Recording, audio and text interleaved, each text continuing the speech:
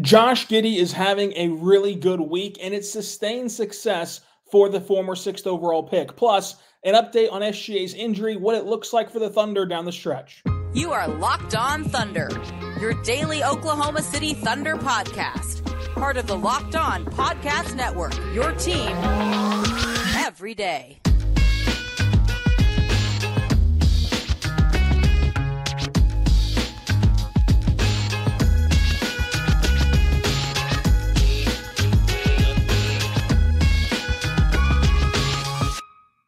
Let's get it going on the Locked On Thunder podcast, on the Locked On Podcast Network, your team every day. I am your host, media member, and beat writer for InsideTheThunder.com, Rylan Stiles. Follow me on Twitter at Rylan_Stiles. On today's show, the Thunder fall to the Houston Rockets in overtime. SGA out with a quad injury. Josh Giddey stays hot. Another good week from him. How this game kind of showed how sustainable this run can be for Giddey and more, including Gordon Hayward, Wiggins, and this game. But today's show is brought to you by our good friends over at FanDuel. Make every moment more. Right now, new customers get $200 in bonus bets with the winning of any $5 bet. That's $200 in bonus bets. Visit FanDuel.com/lockedon to get started. Again, make sure you subscribe anywhere you get your podcast from, including on YouTube, because we have a lot of stuff coming out. Our first playoff run in podcast history. It's going to be a lot of fun since I've taken over. So we have a lot of content that's going to come out and some bonus content. You're going to get 2 pods today, this one and a podcast with Michael Martin, where we give bold predictions about the rest of the regular season, see if we're right or wrong heading into the postseason as things ratchet up. Then, as the postseason gets near and we begin, it's going to be a mad dash. We're going to have days with 2 pods. We're going to have pods all 7 days, and it's going to kind of ranch it up in a hurry. So make sure you subscribe anywhere you get your podcast from so you never miss an episode. But SGA has an injured quad, and this was something that we found out about after the game against New Orleans, whenever Mark mentioned he's not 100%. And Shai echoed that sentiment and discussed how he hurt his quad against the Utah Jazz. Now, he played through it for, 3 games past that Utah game, but he did miss the game against the Rockets on Wednesday. And, missing that game, no one really knew what that meant. Was this just a situation where it's a back-to-back? Was this just a situation where he needs rest? And the only clarification that we got at the time was that SGA's day-to-day. But aren't we all in this thing we call life? And so against the Suns, the initial injury report comes out and SGA is tabbed as doubtful. Doubtful, according to the NBA policy, means 25% chance to play. So not a great percentage to play. Now, the Thunder will have shoot-around Friday. And, of course, there's still a long ways to go until the game tips off tonight. But doubtful is not great, obviously, for his chances. So then you wonder, how long will SGA be out? Partly this is, I think, somewhat due to the schedule. A schedule that does not feature 2 straight off days for the rest of the regular season. And in the midst of that, where the most you get is 1 off day between games, you have 2 more back-to-backs, and you have a road swing coming up. So for the sake of missing this Rockets game, let's say that you're going to miss this Suns game, on Friday. So you trade in 2 games at home. You get off Wednesday, Thursday, Friday, Saturday at a minimum. Not to mention if anything happens on this East Coast swing. So you've kind of strategically, I think, planned out some days off here to get Shai some extended rest for the sacrifice of him not playing in 2 games. And it almost worked to perfection if you got just a little bit more from the players that were healthy. And we're going to talk about that Rockets game coming up and what went wrong in that game. But the baseline here is, and the overall point here is, even with all the variables and things that we don't know about, however long that this takes to heal up, and heal up is a relative term. I think at this stage in the NBA season, nobody's 100%. I think that at this stage in the regular season, nobody is going to be able to just Wolverine themselves back to health and be 100% out of nowhere. So it's going to take time, and you're going to have bumps and bruises, and you're just trying to get as close to 100% as possible. So if he takes off another game or 2 or 3, whatever the number is that he misses, that is entirely worth it to get him as close to 100% as possible, especially when on the back end of the regular season, you at minimum have 5 days off, and at maximum, you'll have 6 days off, which is going to be great. And maximum technically you could have like 8 days off if you don't need that Mavericks game at the end of the season. You have that Saturday off, that Sunday off, then that Saturday again if you have the game on the Sunday. Nonetheless, though, you do have like a week off after the regular season. So trading in games now is more beneficial than playing Shai when he's hurt. Shai, in that Utah game on until he rested against Houston, he was averaging 22 points, 4 boards, 6 assists, 3 steals, and half a block, shooting 47, 26, 76. Efficiency's gone down. You see it, in the lack of lift on his shots and missing some shots where he got to the spot he likes. Kind of just a 1-to-1 correlation there. And when you're talking about Shai specifically, I know that you want to freak out about the standings race and about the fact that the Thunder are in the mix for the 1 seed. And yeah, this Houston game might come back to bite you because the race is so tight. The bottom line is 1 seed, 2 seed, 3 seed, blue seed, whatever seed you're at, it does not matter if Shai's not healthy and ready to go. If Shai's not as close to MVP production and MVP form, nothing else matters. It doesn't matter who your opponent is. It doesn't matter if you're playing at home or on the road. It doesn't matter if you're the 1 seed or the 10th seed. None of it matters without Shai being as close to the peak of his powers as possible. So if that means that you trade in the 1 seed, and that means that Shai doesn't play a ton down the stretch for the and thus give the MVP to Giannis, then so be it, because you would rather have the chance to put yourself in the best position possible to win an NBA championship, to go on a long postseason run, and for that second season that you're going to get to this playoffs. All this to say, we still don't know what this means. We still don't know how much you should be reading into it. We still don't know, what his status is aside from day-to-day, and he's doubtful to play against the Suns. But this East Coast swing will be very important because you're going to play in the Garden, you're going to play Philadelphia, you're going to play Boston. But none of it is more important than SGA's overall health for this Thunder team. So that's where things stand with SGA's injury. He's doubtful. I think they have to plan on him not playing against Phoenix. And if somehow he does, you'd be pleasantly surprised. But I would have to imagine that we see a similar lineup from Oklahoma City without Shai. You see Josh, Tayson, Lou, J-Dub, Chet. And you just hope that you get off to a better start, first and foremost.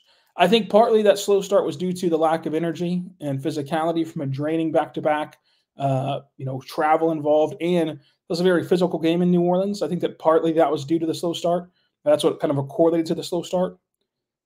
Had an off day, get back against Phoenix. Let's see what happens.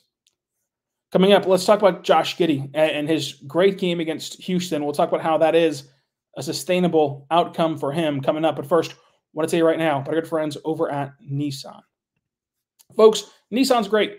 Go to NissanUSA.com, shop there right now for all that they have for you. The Nissan Rogue is perfect for city drivers and the Great Escape. You can get the classic exclusive Google built-in and with the updating Google Assistant right there for you to call on almost anything whenever you're driving. Go there right now with that 12.3-inch HD touchscreen display and information system. The Rogue is there for you, the perfect midsize crossover for your next adventure. Also, the Nissan Pathfinder has room for up to 8 with expansive cargo and the advanced availability of a 4x4 capacity with 284 horsepower and up to 6,000 pounds towing. Go there right now as adventure calls. The Pathfinder is there for you. You can also check out the Nissan Armada, which can really help you out as a full-size SUV if you need that for your next adventure. So take a look at the Nissan Rogue, Nissan Pathfinder, Nissan Armada, and go there right now to find your next big adventure at shop now at nissanusa.com. That's nissanusa.com to get shopping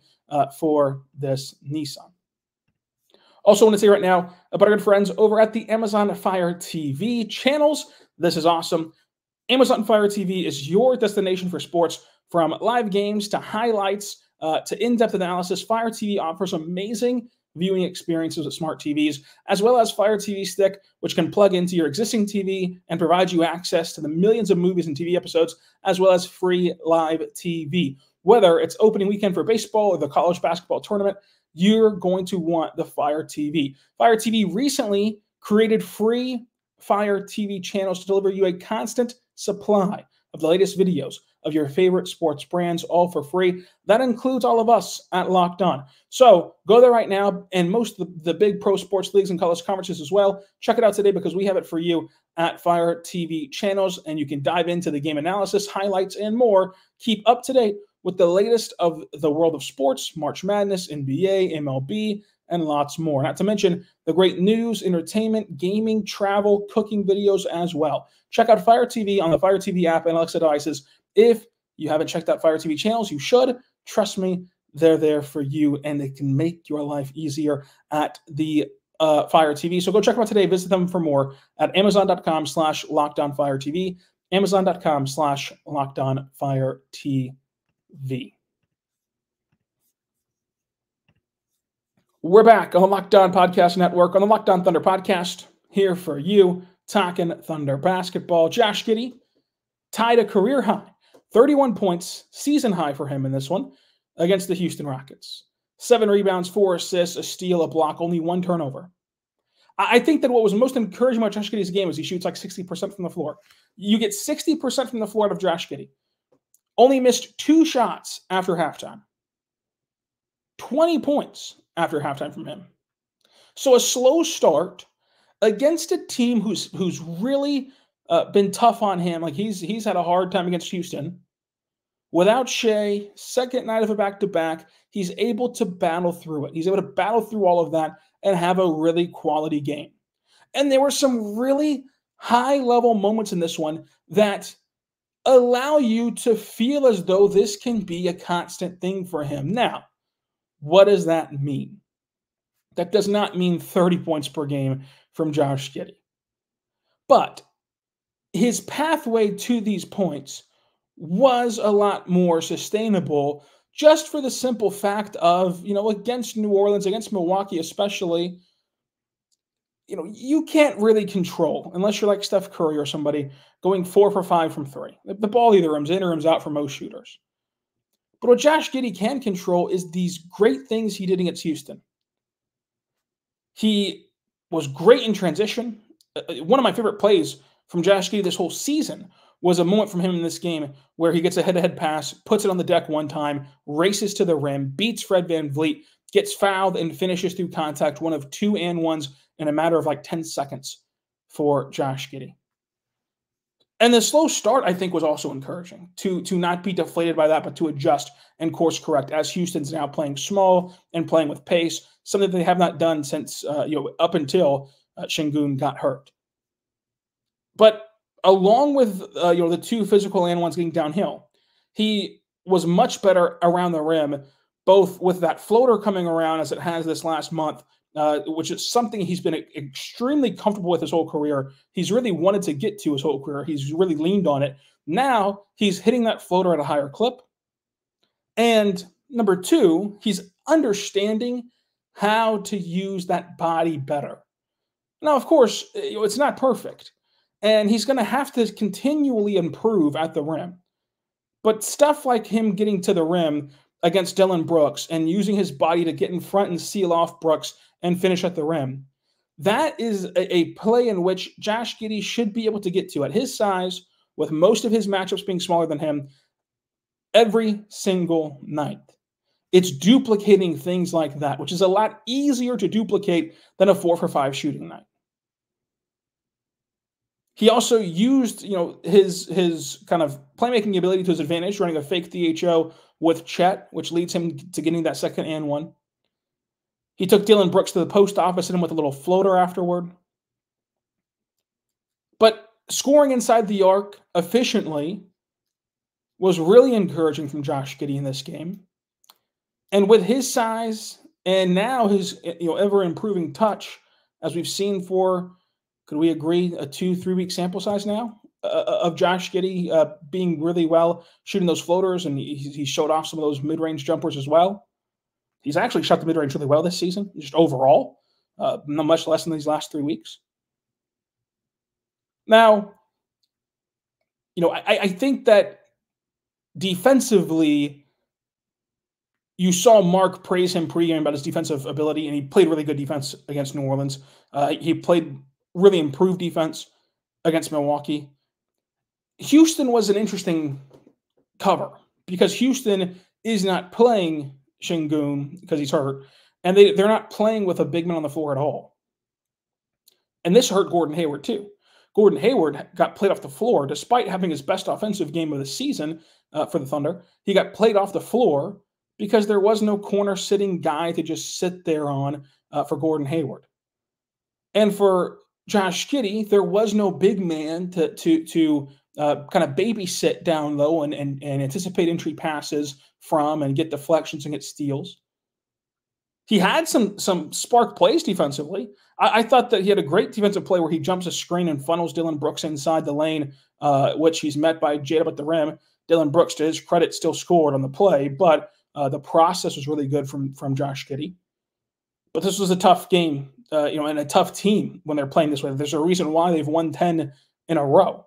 It's because they are playing with just all these athletes and pushing the pace, and they're doing a lot of things that the Thunder have found success with. So, of course, the defense, you can talk about that needing to be improved. But in the grand scheme of things, you're not going to face many teams who play the way that Houston plays. And in the grand scheme of things, Josh Giddey can still be a massively impactful player as your fifth best defender. Now, when you take Shai out of the equation, when you change the way that offenses look for him, whenever Houston's playing this way, obviously that creates a different conversation. But just in general, so long as the process offensively looks like it has this last month, you can really see Josh Giddey getting more comfortable, getting more confident, and adapting to this new role as a 21-year-old who every year something's been different, whether it be coming to a new country, frankly, or even within that construct, Shai didn't play a ton that first year in the grand scheme of things. Obviously, he hasn't played a ton in most years. So the first year, you were kind of still getting away with or being allowed to play your traditional style of basketball as the guy. And then year two comes around and you start winning games. You start, chasing, playoff seeding at the end of the season. You have the emergence of J-Dub, who now that throws a little bit of something in there of how do you balance these two guys? How do you balance, Josh and Shai, which was the original question. Now you got to find a way to balance in J-Dub. Then year three comes around. Now you've got this just blossoming star in Chet Holmgren, blossoming superstar in J-Dub, an MVP caliber player in SGA, and for the first time in your life, you're playing off the ball. And so, the things that as a 21-year-old can kind of snowball. And to the Thunder's credit, this is a harsh expression, but they let him drown, so to say. They didn't acquiesce or change everything. And because they let him drown in the sense of, because they let him play poorly, and didn't take his minutes away, didn't give up on him, didn't change the starting lineup when they're healthy, didn't do any of that stuff. It's worked to the point where you've been able to see a breakthrough. And that's what I think that this is. I think this is a breakthrough. I think for the last month, you've seen really quality basketball from Josh Giddey.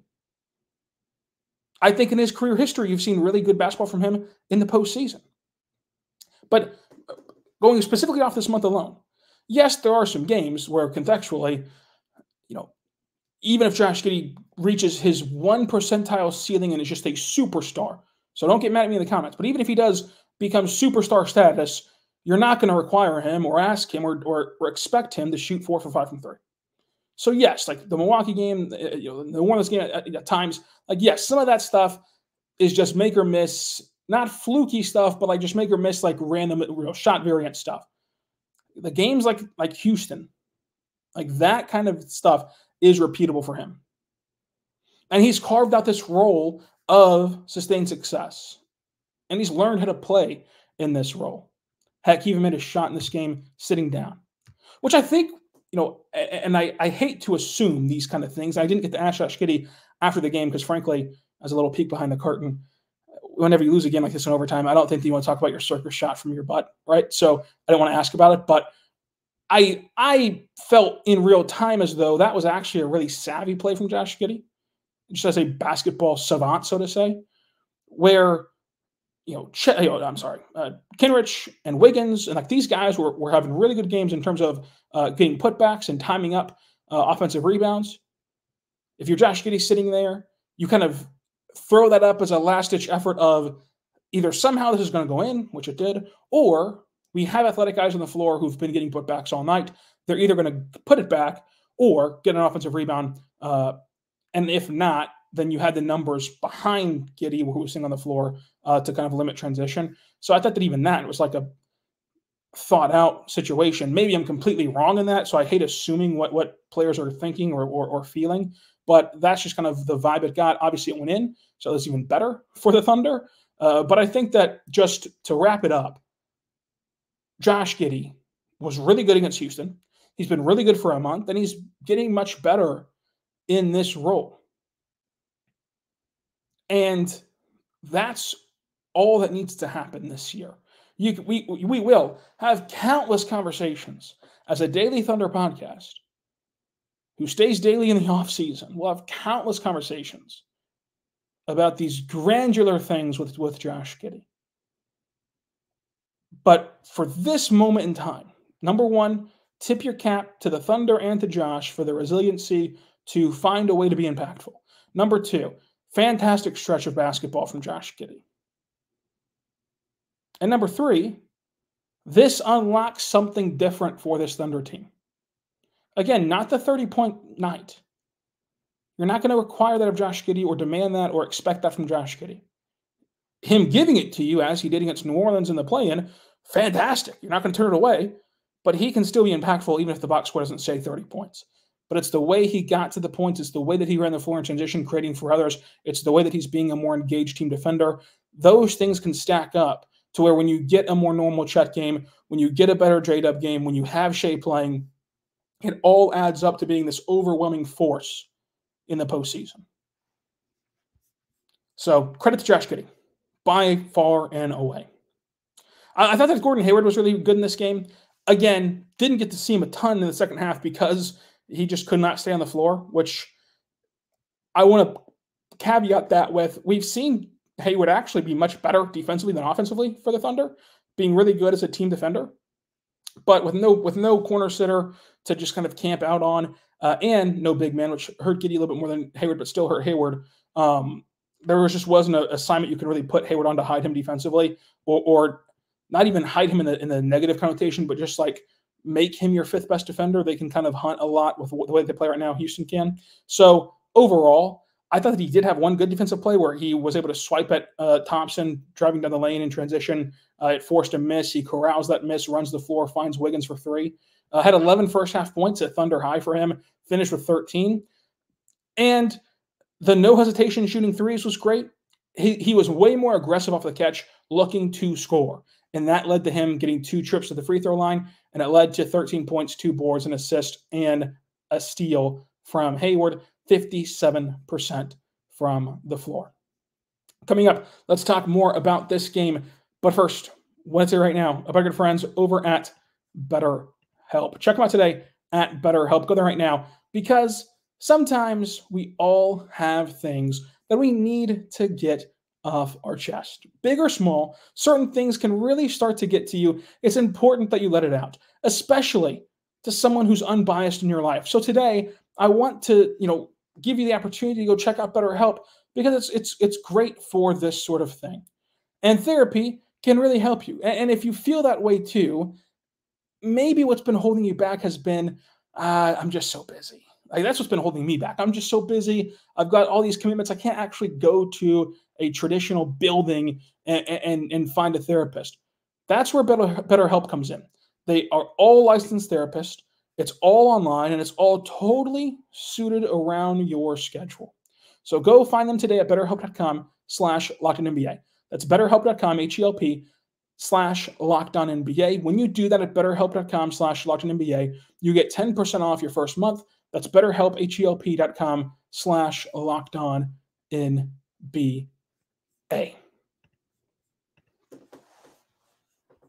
We're back on the Locked On Thunder podcast on the Locked On Podcast Network, your team every day. Check out the Locked On Sports Today YouTube channel. It's the first ever national 24/7 streaming channel on YouTube, right now available on the Amazon Fire TV, in the free Fire TV channels app, as well as YouTube at Locked On Sports Today. Again, it's the biggest stories from the local experts here at Locked On. The only way that we can check it out today, Locked On Sports Today, 24/7 streaming channel of all the latest and greatest news in sports.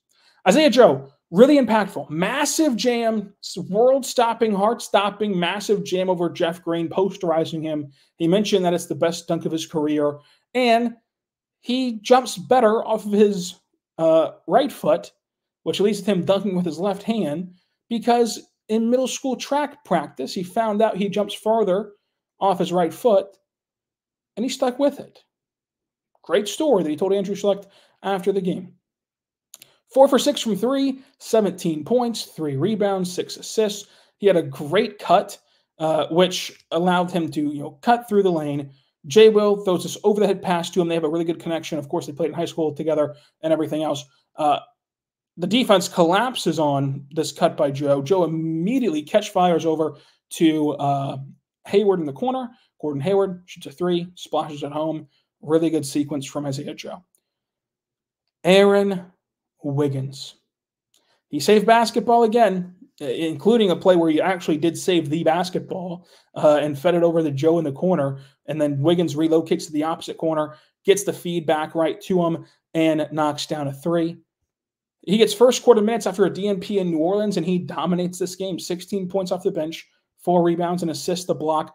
Massive putback to keep things close. 2 for 3 from 3 overall. 77% from the floor. A winning impact. Great in transition. Brought the juice despite being on the wrong end of a Jalen Green highlight. And understands how to run the floor in transition and be in the right spots to finish plays. That's half the battle. That's half the battle, is understanding those sort of things. You know my thoughts on Aaron Wiggins. They will not waver, but we'll see if that ever comes around with him getting more minutes. So the Rockets have now won 10 straight games. And in a tight Western Conference race, the football brain that takes over for most Thunder fans is going to lead to a massive panic. But when you really break this game down, the fact that it was in overtime, the fact he had a shot to win was really impressive. If I told you before that game, Shai's out, not going to play, you're going to get off to an awful start, Chet Holmgren's going to have the worst game of his career and foul out, who would have made a good impact at the rim down the stretch of that game to help limit some Rockets-made shots at the rim. But Chet Holmgren fouls out for the first time and has the worst game of his career. If I told you that J-Dub hit big shots down the stretch, but overall went for 26 points on as many shots, Lou Dort didn't shoot the ball well, it's the second night of a back-to-back, Cason Wallace was not great, and it was a physical game the night before and a slow start in this game, and a team that's red hot, the hottest team in the NBA, you would have taken an overtime loss at that point. Jalen Green was phenomenal, and he looked every bit like the multi-time scoring champ I projected him to be during his draft profile. Let's see if he can actually get there someday. But this has been an awesome run from Green so far for the Rockets in the month of March. Houston once led by 14 points. OKC once led by 8. There were 14 lead changes, 8 ties. The Thunder were outboarded by 1. The Thunder had 3 more turnovers, an uncharacteristic night turning the ball over. The Thunder only won points in the paint by 4. The Thunder won second chance points, 19-12. The Thunder only won fast break points by 1, usually dominating that category.